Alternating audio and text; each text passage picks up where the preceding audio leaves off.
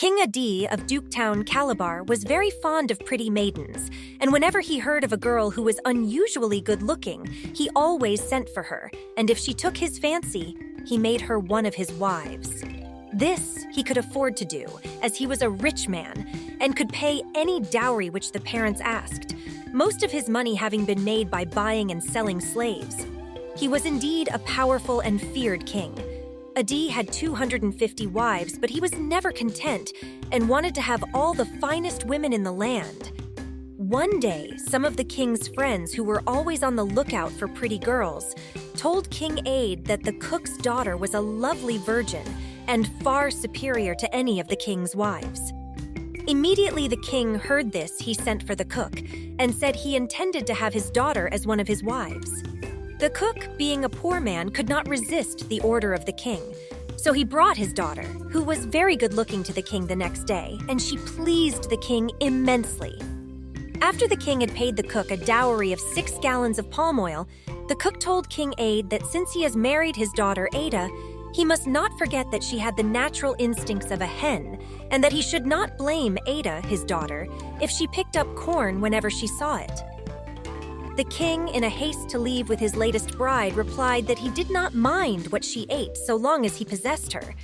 The king then took Ada as his wife, and liked her so much that he neglected all his other wives, and lived entirely with Ada as she suited him exactly and pleased him more than any of his other wives. She also amused the king and played with him and enticed him in so many different ways that he could not live without her. In the past, although the king had his favorite wives and mistresses whom he spent time with, he still made time and showered attention on his other numerous wives. However, everything changed with the arrival of the new bride, Ada. This so enraged the neglected wives that they met together one day 6 months after her arrival, and although they all hated one another, they all agreed that they hated the cook's daughter more. After much discussion, one of the wives, who was the last favorite, and whom the arrival of the cook's daughter had displaced, said, "This girl, whom we all hate, is after all only a cook's daughter, and we can easily disgrace her in the king's eyes. I heard her father tell the king that she could not resist corn, no matter how it was thrown about." This information pleased the other wives, and they planned on how to use it to their advantage and possibly evict Ada from their lives for good.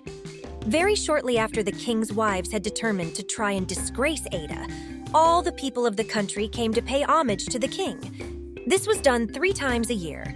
The people would bring yams, fowls, goats, and new corn as presents, and the king entertained them with a feast of fufu, soups, meat, and tombo, an African drink. A big dance was also held, which was usually kept up for several days and nights. Early in the morning on the 2nd day of the ceremony, the king's first wife told her servant to wash 1 head of corn, and when all the people were present, she was to bring it in a calabash and throw it on the ground and then walk away. The corn was to be thrown in front of Ada, so that all the people and chiefs could see.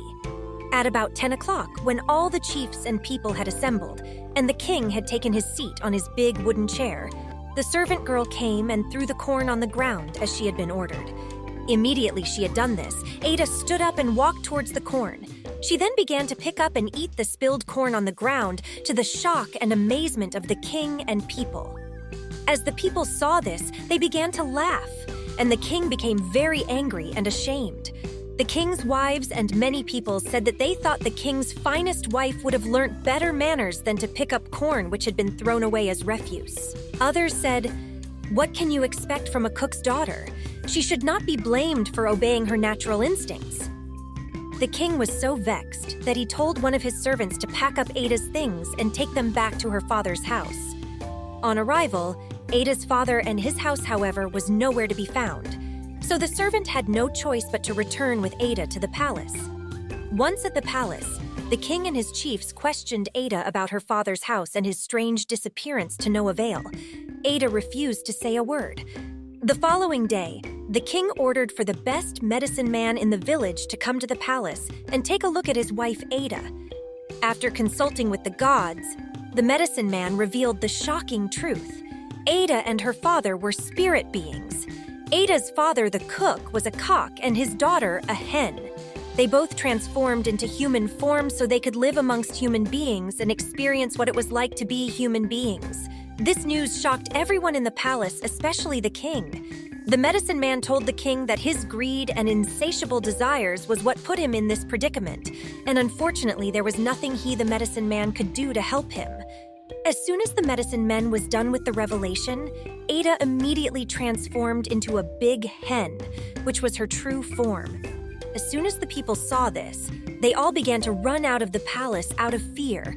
News of the king's last wife's true form and rumors soon spread round the village and into neighboring towns. People began to talk and make jest of King Ade, calling him the husband of a chicken.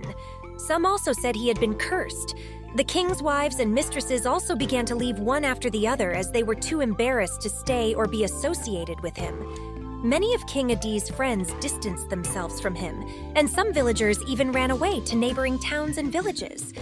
Eventually, the king was left with only Ada in his once opulent palace. The king grieved so much at having lost everything due to his greed and insatiable desires that he died the following year. And when the people saw that their king had died of a broken heart, they passed a law that for the future, no one should marry any bird or animal.